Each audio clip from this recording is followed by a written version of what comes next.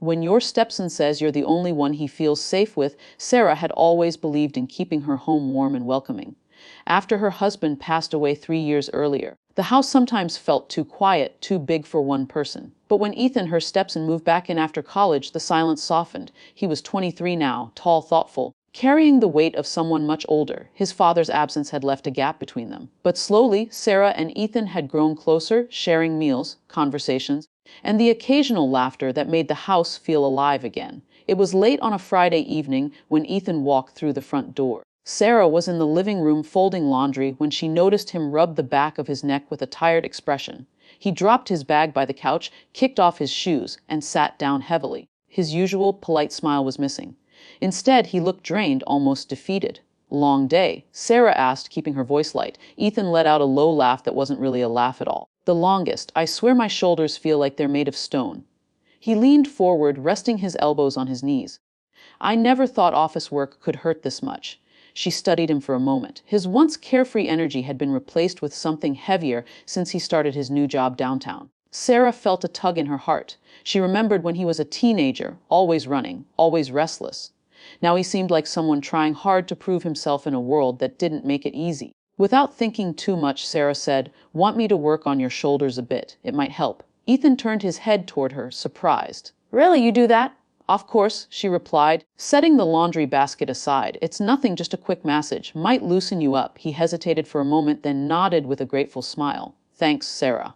Honestly, I need it." Sarah walked over and stood behind the couch where Ethan sat.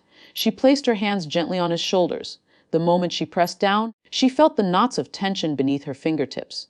"Oh, Ethan," she murmured, "you weren't kidding. You're all locked up. Feels like I've been carrying a backpack full of bricks," he said with a wince. "I'm not used to sitting at a desk for 10 hours. She chuckled softly. "Welcome to adulthood. It's not as glamorous as you thought, is it?" "No kidding," he replied, closing his eyes as she worked her hands slowly along his muscles. At first, Sarah thought nothing of it. She had always been nurturing, the kind of person who wanted to help. But as the minutes passed, something about the moment felt different. The living room was unusually quiet. The only sound the ticking of the old clock on the wall. Her hands moved carefully, and she was suddenly very aware of how close they were, how unusual this quiet intimacy felt. Ethan shifted slightly, tilting his head to one side. His voice came out softer this time, almost uncertain. "Can I ask you something, Sarah?" Her hands froze. The tone in his voice was not casual. It was careful, almost fragile. She tried to keep her breath steady. "Of course," she said gently. "What's on your mind?" Ethan was silent for a long moment, as though searching for the right words. Sarah could feel the weight of the pause, heavy and expectant. She slowly withdrew her hands, walked around the couch, and sat beside him. His eyes were on the floor, his fingers nervously tapping against his knee. When he finally spoke, his words were not what she expected at all. "I don't actually need a massage," he admitted quietly. I wanted a reason to sit with you, to ask if you could just listen for a while." Sarah blinked, her heart beating faster than she wanted to admit. Of all the things he could have said, this felt heavier, more personal. She nodded, trying to keep her voice steady. "I can do that," she said. "You don't need a reason. Just talk to me." Ethan looked up at her then, his eyes vulnerable in a way that made her chest tighten. He wasn't the boy she remembered. He wasn't even just the young man she saw grow into adulthood. There was something different in his gaze, something that made the moment feel like a turning point. The night air pressed against the windows, the house wrapped in stillness. Sarah didn't know what he was about to say next, but she felt the sense that whatever words were coming would change the space between them forever. And then Ethan whispered, "You're the only one I feel safe with." Sarah's breath caught in her throat. She didn't know what to do, what to say, or how to process this sudden rush of emotion those words carried. All she knew was that nothing about this night would be ordinary again. Sarah sat still on the couch, her hands folded tightly in her lap. Ethan's words echoed in her mind, "You're the only one I feel safe with." The weight of that confession pressed on her chest. She wanted to respond, but the room felt heavy, like one wrong word might break something fragile between them. Ethan shifted nervously, rubbing his palms together. "I know it sounds strange," he said softly, his voice almost apologetic. "But it's the truth. At work, I feel like I'm pretending all the time, pretending I know what I'm doing, pretending I'm fine. Even with friends, I don't always fit in. But with you, it's different." Sarah swallowed hard. She looked at him, really looked. His eyes were tired, his shoulders slumped, but his honesty was raw and real. He wasn't asking for advice. He wasn't looking for solutions. He just wanted to be heard. "I understand." Sarah said carefully. Sometimes we need a place where we don't have to pretend. If I can be that place for you, then I'm glad. Her words were gentle, but inside she felt a storm brewing. She had never seen Ethan like this, so open, so vulnerable. For years she had thought of him as her husband's son, a boy who grew into a man under her roof. But tonight, sitting beside him in the dim glow of the lamp, she noticed things she had pushed aside before: the depth in his voice, the way he carried himself, the quiet strength beneath his uncertainty. Ethan gave a small smile, almost shy. You don't realize how much that means to me. When Dad was alive, he was the one I'd go to with everything. After he passed, I didn't think I'd ever have that again, but somehow, with you, I feel like I can breathe. Sarah's heart clenched at the mention of her late husband. She missed him every day. Hearing Ethan speak of him stirred emotions she usually kept locked away. She reached over and touched his hand lightly, meaning it only as comfort. Your father would be proud of you, she whispered. I know it hasn't been easy, but you're stronger than you think. Ethan looked down at her hand resting on his. His fingers twitched as if he wanted to hold on, but he didn't. Instead, he nodded slowly. Maybe. But sometimes I wish I didn't have to be so strong all the time. Sometimes I just want to let go and not feel judged for it. The honesty in his voice pulled at Sarah's heart. She wanted to tell him it was okay, that he didn't always have to carry the weight alone. But the way his eyes lingered on hers, the way the silence stretched between them, made her words stick in her throat. She wasn't just a listener in this moment. She was part of it, caught in the current of emotions neither of them had expected. Finally, she managed to say, You don't have to carry everything by yourself, Ethan. You're not alone. He let out a slow breath, as if those words released something inside him. He leaned back against the couch, his shoulders sinking into the cushions. For the first time that evening, he looked lighter. Thank you, Sarah, really. I don't think I've ever said this out loud before, but I needed to. Sarah nodded, trying to steady her heartbeat. Sometimes speaking the truth is the first step to healing. There was a pause then, a quiet that didn't feel empty. The clock ticked in the background, and the world outside their window seemed far away. Sarah found herself studying his face, the sharp line of his jaw, the tired but sincere eyes. The boy she once knew replaced by a man she was only now beginning to understand. Ethan turned his head toward her. His voice was quieter now, almost a whisper. Can I tell you something else? Sarah hesitated, her pulse quickening. Of course. He exhaled as though summoning courage. Sometimes when I'm around you, I feel this comfort. But it's more than that. It's like, I don't know how to explain it. You make me want to be better, stronger. You make me feel like I matter. Her breath caught. The sincerity in his tone left no room for doubt. He meant every word. Sarah felt a rush of emotion she couldn't name. Was it pride, affection, something deeper? She pushed the thought away quickly, reminding herself of who she was to him. She was his stepmother, his family.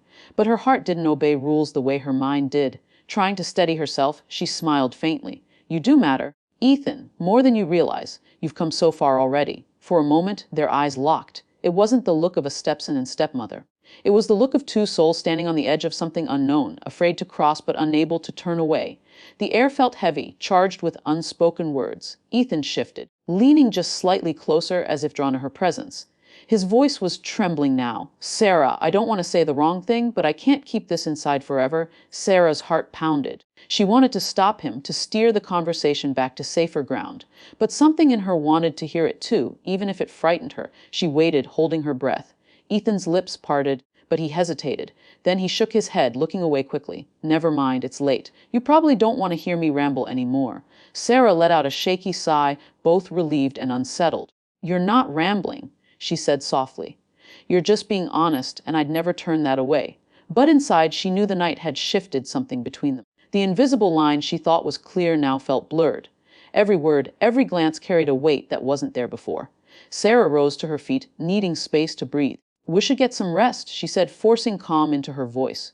It's been a long day for both of us. Ethan looked up at her, his expression unreadable. Yeah, you're right. She gave him a small smile, though her heart was racing. Good night, Ethan. Good night, Sarah, he replied, his voice quiet, almost reluctant. As she walked down the hallway to her room, Sarah could feel his eyes following her. She closed her door gently, leaned against it, and pressed a hand to her chest. The steady rhythm of her life had shifted in a single evening. Ethan's words had shaken her, left her standing on the edge of something she wasn't sure she was ready to face. And though she told herself to forget, to let it go, she knew the truth: what had been spoken tonight could never be unsaid. The next morning, Sarah moved through the kitchen with automatic motions, pouring coffee, buttering toast, and staring out the window at the pale autumn light. She told herself it was just another day. Yet her mind replayed the night before in fragments. Ethan's voice trembling with honesty, the way his eyes had locked with hers, the words that had hung in the air but never quite left his lips. She tried to shake it off, but her chest felt tight, as if her own home had become unfamiliar overnight. She didn't hear him come in until his voice broke the silence. "Morning, Sarah." She turned, startled. Ethan stood in the doorway, dressed in casual clothes, his hair still damp from a shower. He looked rested, but there was something cautious in his expression, as though he too was carrying the weight of their unspoken moment. "Morning," Sarah replied, her tone polite, too careful. She slid a plate of toast toward him. "I made extra." He smiled faintly and sat down at the table. For a few minutes, the only sounds were clinking silverware and the hum of the refrigerator. Neither of them mentioned what had been said the night before. The silence stretched. But it wasn't the peaceful kind they used to share. It was charged, restless, like a thread pulled too tight. Ethan finally broke it. "I hope I didn't say too much last night," he said softly, staring down at his plate. "Sometimes I open up too quickly. I don't want to make things weird between us." Sarah's hand tightened around her coffee mug. "You didn't make things weird," she lied gently. "You were just being honest. There's nothing wrong with that." But inside, she knew things were different. She could feel it in every glance, every pause. The closeness they once had, the simple, easy companionship, now carried something heavier beneath it, something unspoken that neither dared acknowledge. That evening, Sarah tried to distract herself with chores. She vacuumed, folded laundry, reorganized the pantry, anything to keep her hands busy and her thoughts from wandering. Yet each time she passed by the living room where Ethan sat reading, her eyes betrayed her. She noticed how he leaned forward, absorbed in his book, the quiet intensity of his expression. She had watched him grow from a restless teenager into this man who now carried himself with quiet strength. She told herself she was only noticing because of last night. But the truth was harder to ignore. Later, as the sun dipped low, Ethan put his book aside and joined her in the kitchen. "Need help with dinner?" he asked. She nodded, trying to keep her voice steady. "You can chop the vegetables." They worked side by side in silence. His hand brushed hers once as they reached for the same cutting board, and both of them froze. It was the smallest touch, nothing unusual, but it sent a ripple through Sarah she couldn't explain. Ethan glanced at her, his eyes holding hers for a fraction too long before looking away. The silence between them deepened, louder than words. That night, after dinner, Ethan suggested watching a movie. Sarah agreed, though she wasn't sure why. Maybe she wanted things to feel normal again, to pretend nothing had changed. They sat on the couch, a safe distance apart. At first, the movie played, but neither of them truly watched. Sarah's mind wandered, her heart thudding each time she sensed him shift slightly closer. Halfway through, their shoulders brushed. Sarah stiffened but didn't move away. The contact lingered, light but unmistakable. She felt warmth spread across her skin, an awareness she hadn't invited but couldn't ignore. She told herself to lean back, to create space, but she stayed. When the movie ended, the credits rolled in silence. Neither reached for the remote. Sarah could hear Ethan's breathing beside her, steady but slightly quickened, and she knew her own mirrored it. The silence stretched, thick with everything unspoken. Ethan finally turned his head toward her. His voice was low, almost hesitant. "Sarah, about last night." Her pulse quickened. She forced herself to meet his eyes. "What about it?" He searched her face, his expression conflicted. "I didn't mean to put you in a difficult position. He stopped, words failing him. "I don't want to lose what we have." Sarah's throat tightened. "You won't?" she whispered, though she wasn't sure if it was true. Their bond had already shifted into something she couldn't name, and she feared they were standing on the edge of a line neither of them could fully step back from. The silence grew again.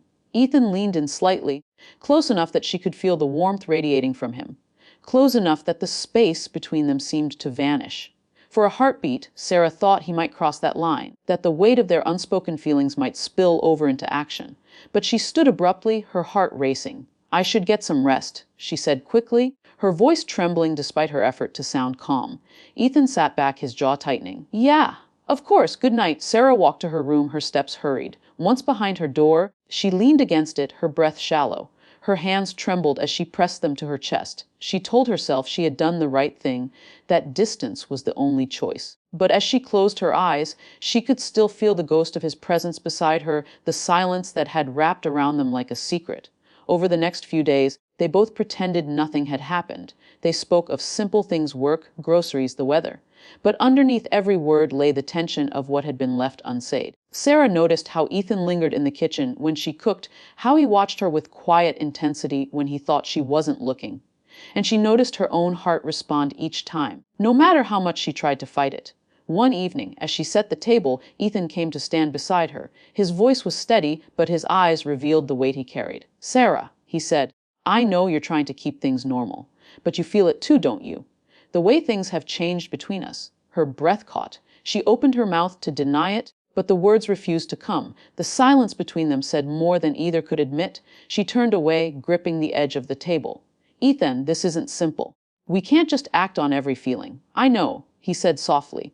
"But pretending it isn't there doesn't make it go away." His words struck deep. She wanted to argue, to push the truth aside, but she couldn't. The silence that lingered between them was no longer just emptiness. It was filled with longing, with fear, with a connection neither of them had chosen but both had stumbled into. That night, as Sarah lay in bed staring at the ceiling, she admitted to herself what she had tried to deny. The silence between them wasn't going away. It was only growing louder, and she didn't know how much longer they could keep pretending not to hear it. The following week, Sarah noticed how the house no longer felt the same. Every corner carried traces of unspoken words. Every shared moment with Ethan hummed with tension. They tried to act normal, cooking meals, watching television, running errands. But beneath the surface, both were caught in a quiet storm. Sarah often found herself lingering in thought, replaying the sound of his voice, the look in his eyes, the way silence itself had begun to speak louder than words. One evening, after a long day, Sarah stood in the kitchen rinsing dishes. The window above the sink was open, and cool autumn air slipped in, carrying the scent of fallen leaves. She tried to focus on the rhythm of the water, the simple comfort of routine, but her mind wandered. She felt the weight of something unfinished, something waiting. When she turned, Ethan was standing in the doorway. His face was calm, but his eyes held the same quiet intensity that had unsettled her for days. He walked closer, his steps steady. "Sarah," he said gently, "we can't keep pretending nothing's happening. It's eating me up inside." Her pulse quickened. She set the dish aside, drying her hands on a towel to buy time. "Ethan," she began, her voice careful, "I don't know what you want me to say. I just want the truth," he said, his voice low but firm. "Do you feel it too? Or is it only me?" Sarah froze. Her first instinct was to deny it, to protect them both by keeping the line clear. But denial felt hollow. The truth was written in every glance they shared, in every silence that stretched too long. She looked down, her hands twisting the towel. "It's not only you," she whispered. The admission hung in the air between them, heavy and undeniable. Ethan stepped closer, not touching her, but close enough that she felt his presence. "Then what do we do about it?" he asked softly. Sarah's chest tightened. "Woo, be careful," she said. "Woo, don't rush into something we might regret. Feelings are powerful, Ethan, but so is responsibility." He nodded slowly, though his expression carried a mix of relief and frustration. "I don't want to ruin what we have. I just can't go back to pretending." Neither spoke for a moment. The kitchen seemed smaller, the air charged with emotion. Sarah knew the next step mattered. She didn't want to lose him, not his family, not as the one person who had brought warmth back into her quiet life. But she also knew the risk of letting emotions take control. Finally, she said, "Maybe the answer isn't about rushing forward or stepping back. Maybe it's about giving ourselves time to understand what this really is." Ethan exhaled slowly, his shoulders easing just a little. "Time," he repeated. "I can live with that, as long as I know you don't hate me for feeling this way." Sarah reached out, touching his arm lightly, her gesture filled with reassurance. "I could never hate you. You matter too much to me." The words softened the air between them, but the tension didn't disappear. It shifted into something quieter, less frantic, but still alive. They moved on with their evening, talking about simple things, the groceries, his work, the changing weather. But underneath, they both knew the truth had finally been spoken. In the days that followed, their connection deepened, though neither pushed it into words again. Instead, it showed in subtle ways, the way Ethan lingered a little longer at the dinner table, the way Sarah found herself listening more closely to his stories, the way their laughter felt easier when it finally came. The house felt different, still filled with silence, but now it was a softer silence, one that carried promise instead of fear. One night, as they sat on the porch with mugs of tea, Ethan turned to her suddenly. His expression was serious but tender. "I don't want to rush you," he said, "but I want you to know I'm not going anywhere. Whatever this is between us, I'm willing to wait as long as it takes." Sarah felt her throat tighten. She had lived through loss, through loneliness, through years of holding herself together. To hear someone speak with such quiet devotion stirred something deep in her heart. She looked at him, the porch light catching the warmth in his eyes. And for the first time, she allowed herself to smile without hesitation. "Thank you, Ethan. That means more than you know." From that moment, their story shifted. It wasn't about denying or hiding. It was about learning how to exist in the in-between. They didn't call it love, not yet. They didn't give it a name. Instead, they let it grow in its own time, like autumn leaves slowly turning toward their brightest colors. The weeks passed, and with them came small changes. Ethan became more open, sharing not only his struggles but his hopes. Sarah, in turn, found herself speaking about her own fears, the loneliness she had carried since her husband's passing, the doubts she never voiced to anyone else. Their bond became a place of honesty where both could be unguarded. But with honesty came longing. And with longing came moments that tested their restraint, a lingering look across the table, a brush of hands that neither pulled away from, the way silence sometimes grew so loud it felt like a conversation on its own. Each time they held back, but each time the pull grew stronger. One evening, after a long day at work, Ethan came home to find Sarah asleep on the couch, a book resting on her chest. He stood there quietly, watching her for a moment. The peacefulness of her face, the strength she carried even in rest, stirred something in him.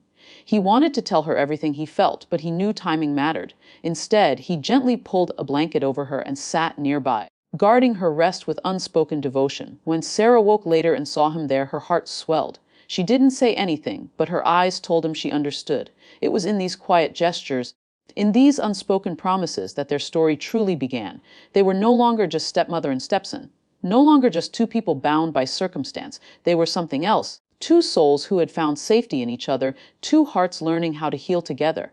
And though the path ahead was uncertain, they knew one thing with clarity. Whatever came next, it would be faced side by side. Their bond was no longer a secret, no longer a question. It was a beginning, delicate, complicated, but real. In the silence of the house, in the spaces between words, their future waited. And for the first time in years, Sarah felt hope rising in her heart again.